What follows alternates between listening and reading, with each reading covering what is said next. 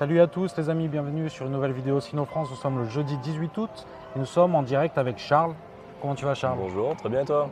Super, tu peux te présenter rapidement? Bien sûr. T'habites où? Donc Charles, j'habite à Urumqi depuis bientôt 9 ans maintenant, 12 ans en Chine au total.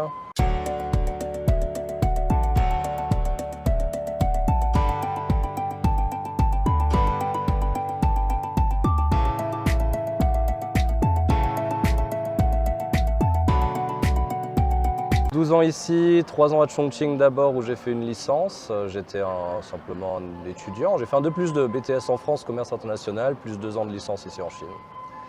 J'ai obtenu mon petit Benke, comme ils appellent ça ici, la licence en éco-gestion. Puis 1 an de chinois supplémentaire pour pas faire mon niveau et en parallèle mes études de marché pour monter ma boîte ici dans le Xinjiang.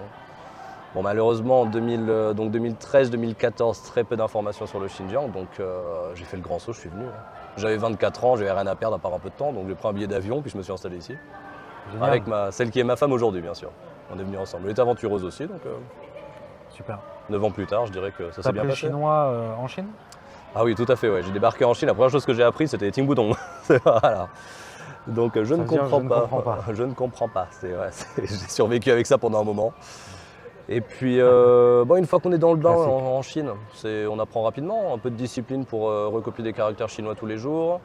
Et puis surtout la volonté d'essayer d'affronter les locaux, de leur parler. Alors à Chongqing, ils parlent leur dialecte local, donc c'était pas évident, mais c'était amusant, des situations un peu loufoques.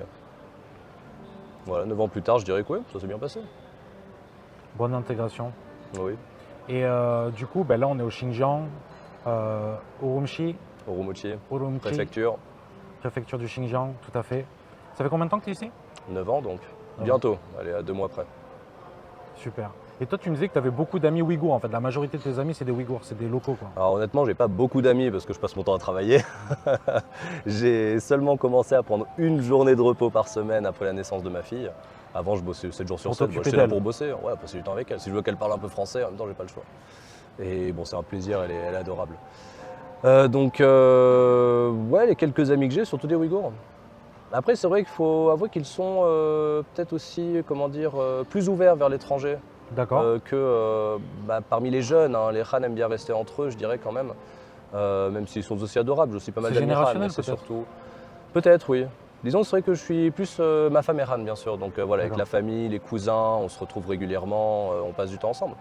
Mais oui, quand on sort manger, tout ça, on est surtout, ma femme bien sûr, des amis Han, mais aussi pas mal d'amis Ouïghours. C'est sympa, vraiment. Alors je dirais pas que je suis le noyau de cela, mais c'est vrai que étant ami avec aussi bien des Han, des Ouïghours, il n'y a pas que les Ouïghours, il y a les Kazakhs, il y a beaucoup de minorités dans le Xinjiang. C'est vrai. Je ne veux pas dire de bêtises, mais il me semble qu'il y a 13 minorités natives du Xinjiang. Donc tout le monde se retrouve et on se retrouve tous ensemble.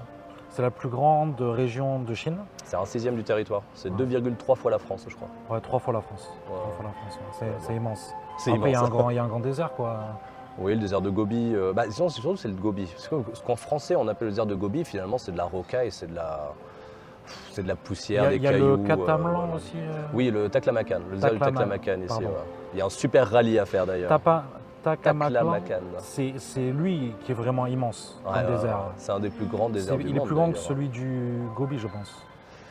Le Gobi, en soi, c'est pas vraiment un désert, c'est une sorte de wasteland, c'est une plaine désolée où c'est vrai. Ça construit à cet endroit, ils construisent dans cette partie, mais on va dire c'est un peu l'ensemble du territoire qui est comme ça. Toi, tu as visité Encore très peu. J'ai fait plusieurs villes du Xinjiang. C'est vrai que c'est extrêmement sympa, très très sympa, mais surtout c'est la campagne du Xinjiang, des paysages magnifiques, des plaines, des étendues incroyables. Ouais. Les montagnes, ceux qui aiment la nature, ils vont se régaler, ça c'est sûr. Ah oui. Les beaux jours, c'est le camping, l'escalade, l'hiver, le ski. Ouais, c'est super. D'accord. Super. Et même la ville a été bien organisée, ça fait que je travaille beaucoup, donc j'ai pas forcément la motivation de quitter la ville dès que j'ai une journée de congé. Mais il y a aussi de superbes parcs dans Urumqi où vraiment on se sent comme si on était en pleine campagne.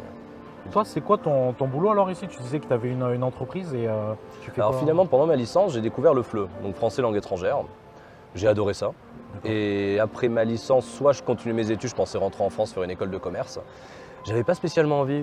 J'avais déjà fait le grand saut de quitter la France. J'avais passé 2 ans en Chine sans rentrer au pays au milieu. Et à ce moment-là, je me dis, moi, je rentrerais bien en France pour des vacances. Mais je me voyais déjà plus trop rentrer sur le long terme. J'étais encore jeune, j'avais envie d'aventure, j'ai envie de me promener. Un homme de contact. Oui, les Français, ouais, on n'est pas des Les références. Français à Hein. l'étranger, À ils se mélangent Shanghai, pas, ils se mélangent pas. Il y a un quartier breton à Shanghai. Mais donc oui, ils ont toujours besoin bien sûr de communiquer avec ne serait-ce que les autorités locales et bien sûr ils embauchent quand même un minimum. Il y a toujours dans les contrats tel pourcentage de main-d'œuvre qui doit être local. Donc je fais des formations vraiment sur mesure aux employés chinois qui vont se rendre dans ces pays-là. Donc ça veut dire quoi sur mesure en fait? C'est-à-dire qu'il y a d'abord une période d'observation où vraiment on va se renseigner sur les tâches quotidiennes et donc les besoins linguistiques de chaque employé. Et ensuite, alors ça passe aussi bien sûr par des questionnaires, des entretiens pour bien définir les besoins de chacun. Et ensuite, on fait une formation vraiment qui peut être très différente d'un employé à l'autre. Certains apprennent seulement à prendre des notes, donc c'est surtout des notes dans leur langue, mais donc on leur enseigne seulement la compréhension de l'oral. D'accord. D'autres doivent écrire des rapports ciblé, en français, c'est extrêmement ciblé. Alors c'est très intéressant, c'est un challenge à chaque fois, hein. C'est vraiment un défi. Parfois c'est un petit peu sensible, bien sûr, les entreprises ne veulent pas toujours qu'une personne extérieure en apprenne trop sur les usages, on va dire en interne, bien sûr. Protéger Donc leur business. on le fait autant que possible, hein, mais bon. Après c'est que ces 3 dernières années, donc ça c'était vraiment ce qu'on faisait le plus en arrivant dans le Xinjiang. Mais ces 3 dernières années, avec l'épidémie, donc bien sûr les entreprises ne pouvaient pas ou peut-être très peu quitter le territoire, donc on a eu très très peu de demandes pour cela. Donc je me suis adapté, puis j'ai commencé aussi à enseigner j'ai le mot en anglais, aux individus, disons. Pas à des entreprises, des étudiants qui veulent quand même partir en France ou d'autres qui s'intéressent aux Français en général. D'accord. Ça m'a permis de rencontrer du monde, c'est intéressant aussi. C'est toujours des échanges. Hein. Ah ben c'est clair, c'est toujours toi un t'habites échange. ici, tu vis ici, donc tu vis le Xinjiang, tu vis le Xinjiang. Ah tout à fait, ouais. En fait, ça m'amène du coup à la question que tout le monde veut se poser, quel est le traitement des Ouïghours, voilà tout ce qu'on entend à la télé. Toi, de ton vécu, qu'est-ce que tu peux nous dire un mot là-dessus? Pour répondre à ta question tout simplement, il y a des Ouïghours, des Kazakhs, des Han en centre-ville, en plein Urumqi. Quand nous rentrons à Chongqing, parce que ma femme a une partie de sa famille à Chongqing, et que j'y vois mes amis aussi bien français que d'autres nationalités, ainsi que des Chinois, et qu'ils me demandent mais dans le Xinjiang, là-bas, il n'y a que des Ouïghours. Non, il y a de tout dans le Xinjiang. Il y a donc au total combien de minorités en Chine? 56. 56. Et il y a 47 minorités qui vivent à l'année dans le Xinjiang. Donc bien sûr les Han y compris, et donc énormément de minorités qui ne sont pas natives du Xinjiang, Xinjiang. c'est vraiment la région multiethnique de Chine. Exactement, exactement. Alors justement, c'est quelque chose qui est intéressant parce que j'ai appris le chinois, mais j'ai absolument pas l'oreille musicale. Donc les tons en chinois, c'est n'importe quoi. Quand je me rends dans d'autres provinces de Chine, les gens ont davantage de difficultés à me comprendre qu'ici. Puisque comme ils sont habitués, et finalement ça c'est à l'époque de Mao Zedong, lorsqu'il a voulu vraiment peupler le Xinjiang de Han, c'est la génération finalement de nos grands-parents à cette époque-là. Ils sont venus de toutes les régions de Chine. Et donc tout le monde a l'habitude d'entendre des accents ou même des mots qui viennent de dialectes différents. Donc pour moi, l'étranger qui n'ait jamais appris les tons en chinois, Ça passe. ils me comprennent parfaitement. Ça c'est intéressant, ouais, c'est intéressant. Tu sais, juste avant, on parlait avec un ami égyptien là, de la délégation. En fait, c'était super intéressant sa comparaison, et c'est pour ça que tous les musulmans, les arabes de notre délégation, ils sont très intéressés par la gestion des minorités en Chine en fait. Parce que c'est bien fait quoi. Selon eux. En effet, ils nous disaient, alors c'est bon, je suis pas familier je connais pas bien le moi non sujet, plus. donc je me prononcerai pas, mais en effet, ils nous disaient que le Xinjiang donnait davantage de chance, enfin le gouvernement même central à Pékin, Ouais, c'est ça. Ouais. donnait davantage de chance aux minorités que ne le fait l'Égypte a priori. Parce qu'ils nous disaient ces minorités qui ne sont absolument pas invitées à intégrer la société. Alors que dans le Xinjiang, non, tant qu'on le veut, qu'on se donne les moyens, comme partout, hein, on peut vraiment. Non, pas comme partout en l'occurrence. Bah oui, exactement. Je pensais à la France. Oui, voilà, comme en France. Ouais. Mais sûrement dans la majorité des pays quand même. Mais c'est vrai qu'ils nous disaient dans beaucoup de pays regarde, en du Chine, Moyen-Orient, ce n'est pas aussi simple. L'histoire des 56 minorités, c'est vraiment présent dans le système politique, etc. Bien sûr. Ils en parlent tout le temps. qu'il faut respecter les minorités et Bah, que le peuple chinois, c'est l'ensemble des 56 minorités. Disons qu'ils ne s'en vendent pas spécialement, pour eux c'est naturel. Combien de langues officielles a la Chine? Est-ce que tu le sais? Beaucoup. Non. Pas tant que ça. T'as du liquide surtout ou pas? On n'a plus de liquide en J'en Chine. ai, non, j'en ai, mais dans ma chambre. On Parce que là, paye on tout, est, bah on est oui, dans le lobby de l'hôtel, j'en ai pas sur bon. moi là. Ça fait des années que j'ai pas touché un billet. Si tu regardes sur un billet en yuan, il y a les 5 langues officielles de la Chine. Le mandarin bien sûr, mais le ouïghour en est une, le tibétain, le Mandchou. mongol et une dernière langue, zut, je vais me faire taper sur les doigts. Tibétain. Le zhuang, le zhuangyu.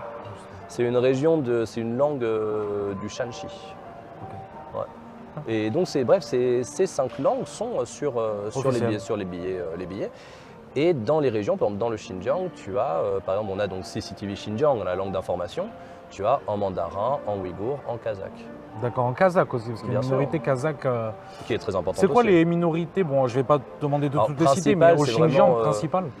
Principalement les Ouïghours et les Kazakhs. Les Ouïghours sont vraiment en supériorité Majoritaire. numérique, voilà. Mais il y a de tout. Si tu vas vraiment sur le nord, il y a une minorité russe. Si tu t'approches des frontières avec les différents pays en ce temps, tu auras aussi des minorités, Bien sûr. kirghizes, voilà.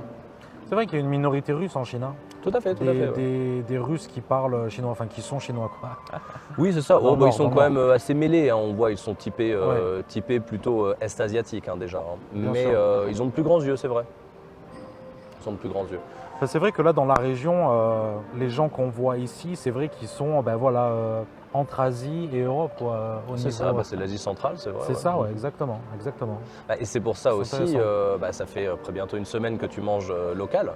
La nourriture ici est généralement plus facilement acceptée par les étrangers que, je sais pas, quand on était à Chongqing à l'époque, on mangeait extrêmement épicé. Que quoi. à l'est de la Chine ou dans Ouais. le centre. Mhm. Tout à fait, ouais. C'est quoi, toi tu habites à Chongqing donc? Avant j'étais à Est-ce que Chongqing. tu peux nous en toucher un mot aussi? Parce que Chongqing c'est pas n'importe quoi. Hein. Chongqing, c'est incroyable. J'ai débarqué là-bas vraiment sans savoir où j'allais. C'est la plus grande Alors, ville de Chine, non? Non. Enfin, elle est Disons vachement que vaste. oui et non. Disons D'accord. que c'est une. Il y a un nom spécial pour ça. C'est comme Shanghai par exemple. J'ai oublié la dénomination administrative exacte, mais donc c'est une ville Métropole. qui s'administre plus ou moins par elle-même, qui a un certain degré d'autonomie, on va Oui, dire. oui. Et donc Comme en effet, Pékin. la ville en elle-même, à l'époque où j'y étais, il y avait seulement 8 millions d'habitants dans le centre-ville. Donc je suis passé de Bourges, Berry, je représente le Berry, 60 000 habitants à Bourges, à Chongqing, 8 millions d'habitants dans le centre-ville, sauf que la région de Chongqing fait la taille de l'Autriche. Et à l'époque, c'était déjà 33 millions d'habitants, ce qui est la population du Canada. Donc dans toutes les petites villes autour de Chongqing qui sont petit à petit agglomérées, voilà, qui rentrent dans cette gigantesque agglomération qu'est Chongqing.